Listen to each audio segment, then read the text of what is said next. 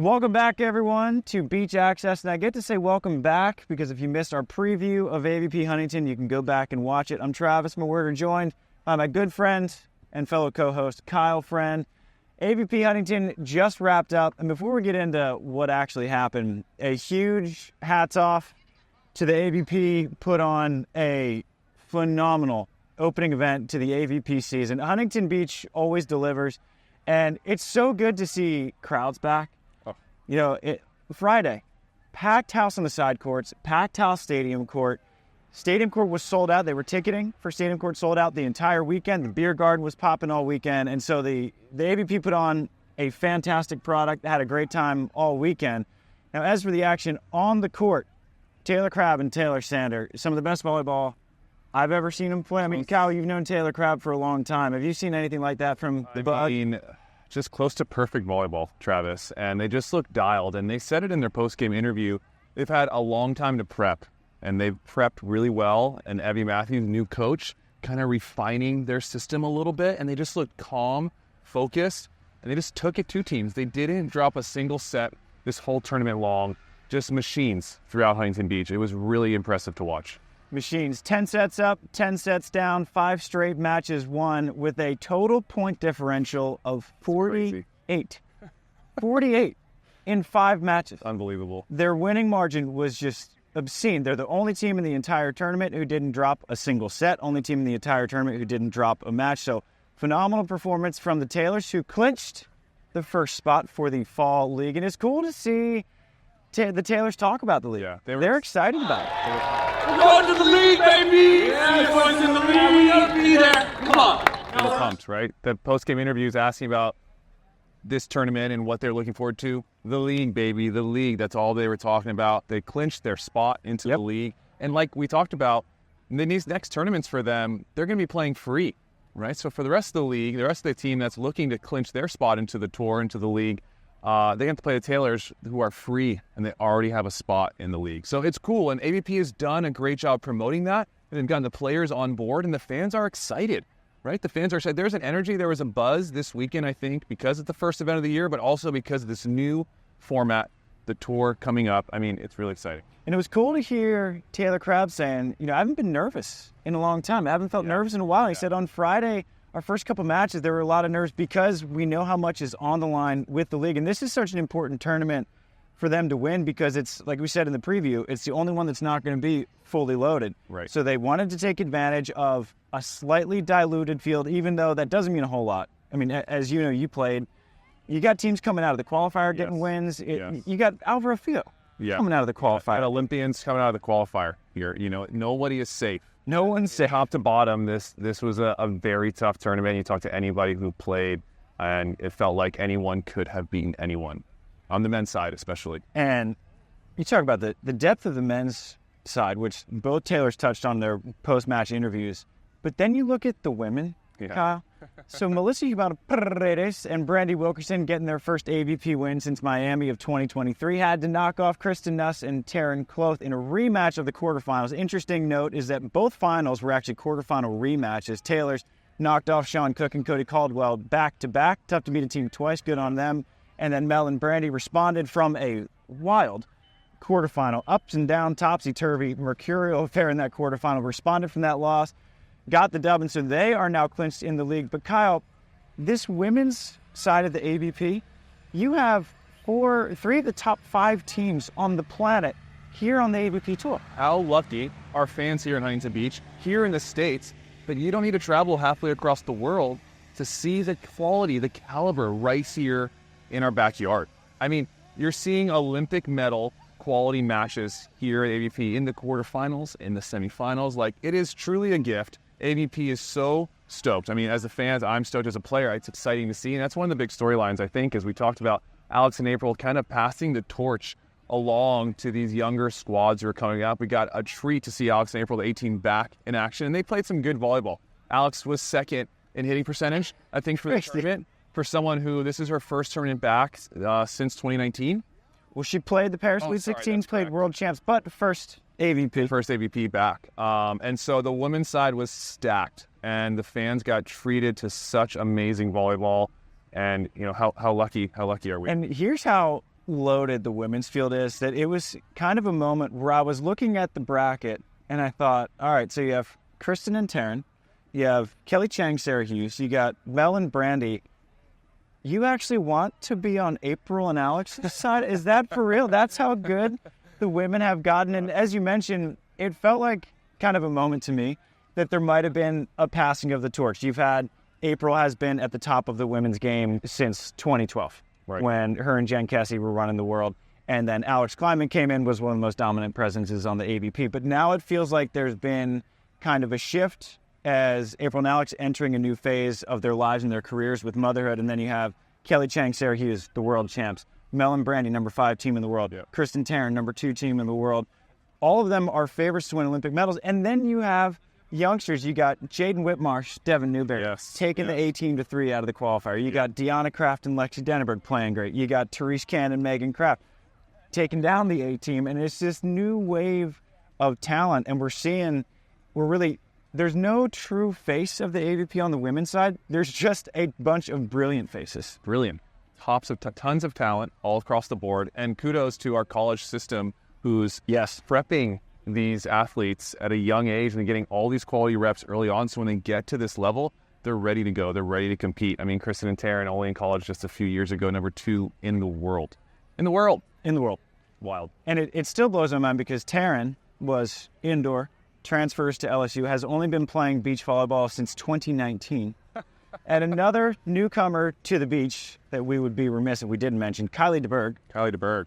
Did like Taryn, indoor, transfers to LSU, gets a couple reps, was still a little bit raw, and then, goodness. Yeah. Her and Hailey Harward were fantastic. They beat Brooke Bauer, Megan Rice, made it look pretty easy. Yep. Wasn't easy, made it look easy, and then they swept April and Alix, made that look easy, and Lord knows anyone who has seen April and Alix, beating them is no easy feat. Not easy at all. And then they challenged the world champs, take them to 3, challenged Betsi Flint, Julia Scoles in the quarterfinals in a rollicking match on Sunday morning. And so Hailey Harward, Kylie DeBerg, they're going to be around for a long time, I think. Yeah, it's really good for the AVP. It's good for the women's side. Tons of competition. Those girls are balling. I had a chance to talk to Hailey yesterday after their match, and I asked her, how are you feeling after that first set win? And she's like, I was hyped.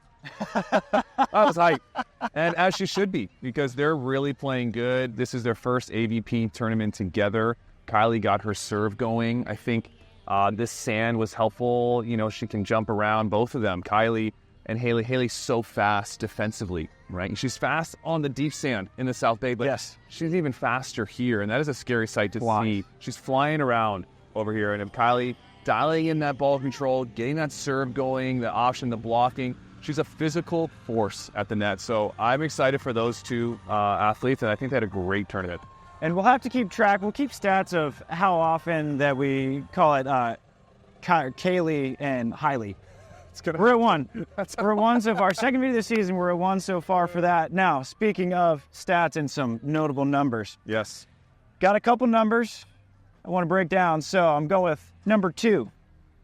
That is the number of wins Jordan Hoppe has over Phil Dahlhauser. So Jordan Hoppe and Diego Perez beat Phil and John Sutton in Denver a couple years ago, and then Hoppe and James Shaw come out of the qualifier, and they take down Phil and Avery Drost, the 15 beating the 2 in the very first match of the tournament. So huge run by Jordan and James. They took a 7th, and a bit of a Cinderella story there. I mean, unbelievable for them to come out of the qualifier. You got, the qualifier teams, you're playing 3 matches the day before the event even started, and you're playing Phil and Avery who haven't played any matches yet, and so they're coming out fresh legs, and Jordan and James put on a show, and I think James Shaw is climbing exponentially in terms of the beach volleyball skill and IQ, and them together, their style of play, their offense worked so well, and they were really impressive. I thought they crushed it this weekend. 19 aces for James Shaw. Number 2, Cody Caldwell had 10. Wow. So James was leading the tournament with 9 extra aces, and the AVP, so it's different than Volleyball World. So Volleyball World stats the qualifier, so that can skew the numbers quite a bit, but the AVP does not stat the qualifier. So James led the field by 9 aces, and he took 7th. Yeah. He didn't get a quarterfinal, he didn't get a semifinal, and he didn't get a final, and he still led our resident server of the year, Taylor Sander, by 11. I mean, that's a huge gap, and that just goes to show you how good he is, and that's another layer to his game that is a threat when you go and play those boys. They're jump setting, they're moving the ball around. Oh, wait, then you got 6'9" James Shaw going back ripping serves at the end line. My other statistic is Bring it. number 4, and that is the amount of hitting errors that Taryn Kloth had this whole tournament.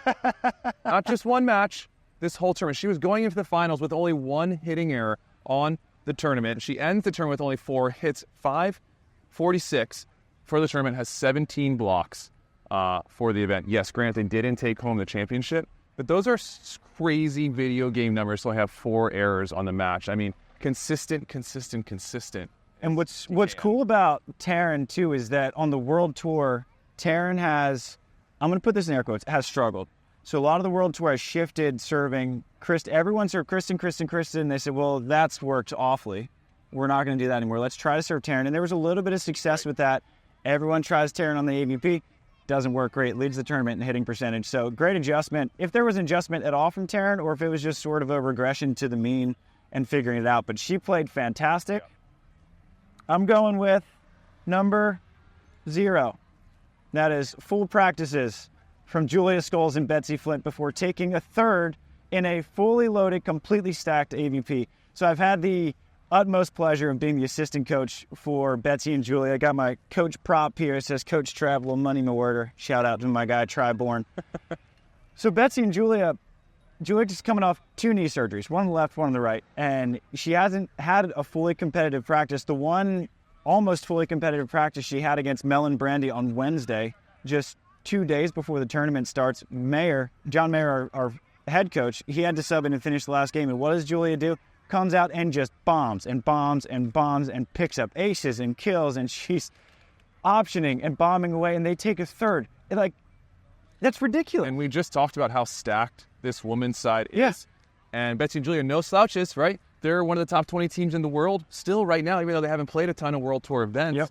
Yep. Julia not practicing much, and still just goes to show you how much of a physical dominant force and a competitor that her and Betsi are as a team, right? That they can get the best out of each other, and they don't need to compete all the time. Come out here when it matters most, and they bring it.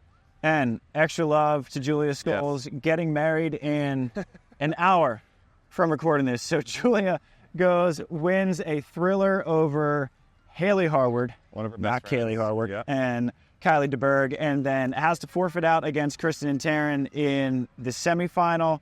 Think she's going to be all right. Glad that she played it safe, and then she just goes and gets married. So big weekend for Julia. Huge congratulations. Indeed. Now my last number, Kyle. We were keeping track of this during the finals. So Melissa Humana-Paredes, 98 digs for the tournament. 98. That is 27 more than number 2, Megan Kraft. That number also blows my mind because Meg's blocker. Meg's been blocking for USC all year, won a national championship as a blocker all year long, switches to defense her first tournament back, only has practiced with Therese Cannon for maybe 2 weeks, Ridiculous. max, and gets second in the tournament in digs. I don't get it. I'm shocked. Credit to Megan Kraft, balling. And an extra number that we're going to add while we're on topic of Melissa Humana-Paredes and her digs. She had 30 in the finals. So if you were just to take Mel's 30 digs in one match, she would rank 10th in the tournament. That's how crazy, and that's how well you have to play to beat Kristen and Taryn. You get 30 digs and you still go to 3. So huge credit to Mel, absolutely everywhere on defense. Now, our biggest surprises, we've touched on the obvious surprises, Hailey Harward and Kylie DeBerg. Now, it's not a surprise to me, and I don't think it's probably a surprise to you either, that they played as well as they did. But I think to a lot of the fans who haven't gotten a chance to see much of Kylie, gotten a chance to see much of Hailey, we have the privilege of seeing them in practice and Norseca qualifiers and Norsecas, but they're fantastic. And I think, this growing theory that I have espoused on the World Tour is that defense travels. Yeah. And Hailey Harward digs a ton of balls, and Kylie DeBerg's block has come a long, long way. And they're one of the toughest defensive teams in a tournament full of them. Yeah, and like we said, this might be the first AVP of the year, and teams haven't seen them, but they've been grinding. They've been hitting the Norseca grind tour. They've been on the World Tour, going to Mexico, playing some big events, getting all the competition reps that they can get, and working out the kinks in their new relationship. Right, this is a new partnership this year. It's not gonna be perfect to start off right away, but they have the chemistry and the team makeup to be one of the best teams we have out here in the States on the sand, no question. And they should. You can't sleep on them. So they're the 10 seed. Yep. They beat the 7, beat the 2, take the world champs to 3, take Betsi and Julia to 3. And as you mentioned, even though Betsi and Julia haven't played in quite a long time on the World Tour, they're still a top 20 team on the planet. And when they are healthy and playing, they're a top 10 team. Yes. And so that's what it takes to beat Hailey and Kylie, who are, their trajectory is just straight up. Yeah. And so bright future for them. For the men, the biggest surprise, and even though I've been bullish on James Shaw and Jordan Hoppe this whole year, I was still surprised at the level that they brought this weekend, Kyle. They brought it, right? They brought it the whole qualifier. They weren't afraid to see Phil in the first round. They gave him a good walloping in that first set. I think it was 21-14. 14, handling. Goodness. I'm sure if Phil doesn't ever get those kind of numbers in the first set, and James Shaw was making massive moves outside his body, making some big blocks. And like you said, credit to their hard work. They've been on the grind as well. Yes, they're they have. Some Nursecas. They're doing World Tour events. They just took a 9th in Jamen. Yep. So those are the things you don't see behind the scenes, and you get to see first time here at AVP. Like, oh, where's this team been? They've been on the grind. And it shows because I've played them before in practice. I've played them in a tournament. I don't want to see those guys on the other side of the net. They're darn good at volleyball. Yeah, and they've been, I was talking to you about it, how we worked them into a lot of our practices with Triborn and Kim Schock, who took a very hard-fought third-place finish. And if you guys didn't watch their semifinal, go ahead and rewatch it on the AVP YouTube. Streamed all the matches on YouTube. Yeah. And whoever's doing the graphics at the AVP, great job. I don't know if it's the McKibbins, but you guys killed it. But James and Jordy were our perfect training team for the World Tour because they serve lights out. Yep. And they're physical. And they run. James is doing jump set, back set shoots. And so they have this like Sweden-type offense, except he's 6'9". He's 6'9". So they're the perfect training team, and now we got to think about training against them. We're like, all right, we don't need to show them too much. Don't show them too much. Hold those cards tight. Hold them tight. And so that is all the major storylines, all the numbers that stood out to me from AVP Huntington Beach. And again, huge shout out to the AVP. They put on a really, really well done event. And extra love, I think, goes to the new CEO, Bobby Corvino. He's done such an excellent job reaching out to the players. Yes. You and Tim had a meeting with him on Saturday. Yes. He's been keeping up with me and Triborn, just through group chats, a couple calls every other month. Crabb, Taylor Sander, they're very high on him. So Bobby is been a fantastic leader thus far for the AVP. It's been nice to see new ownership. I never met anyone from Bally's, honestly. Right. And Bobby comes in and puts a great face to the name. And that's really a nice start to the year. And I'm talking to a lot of players. They appreciate the transparency that Bobby's providing and just communicating as much as he can. And the vibe and the energy I talked to from all of the fan athletes, that they thought this was awesome. Yep. Awesome event. Really crushed it. So congratulations again to AVP, to the Taylors, to Mel and Brandie for taking down the first AVP and booking themselves a spot in the league. So, of the 8 spots in the league, Crabb, Taylor Sander have booked their spot. They're going to the league. Melissa Humana-Paredes and Brandie Wilkerson booked their spot. They are going to the league. So we'll have the standings up here on your screen, a little graphic. It's going to change a lot because at the next event in Manhattan Beach, we're going to have Miles Partain, Andy Benish. We're going to have Trevor Crabb, Theo Brunner. We're going to have Chase Buninger, Miles Evans. Maybe there's going to be some partnership changes. Who knows?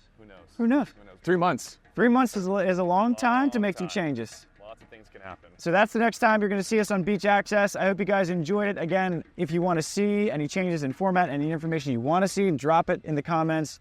Follow, subscribe, share. Best thing you can do for the show. I'm Travis Mewhirter. My boy Kyle Friend behind us. Daniel Freitas, La Machina, the machine again on the cam. Always doing the Lord's work back there. Everyone, thanks for joining us. Thank you, guys. Shoots.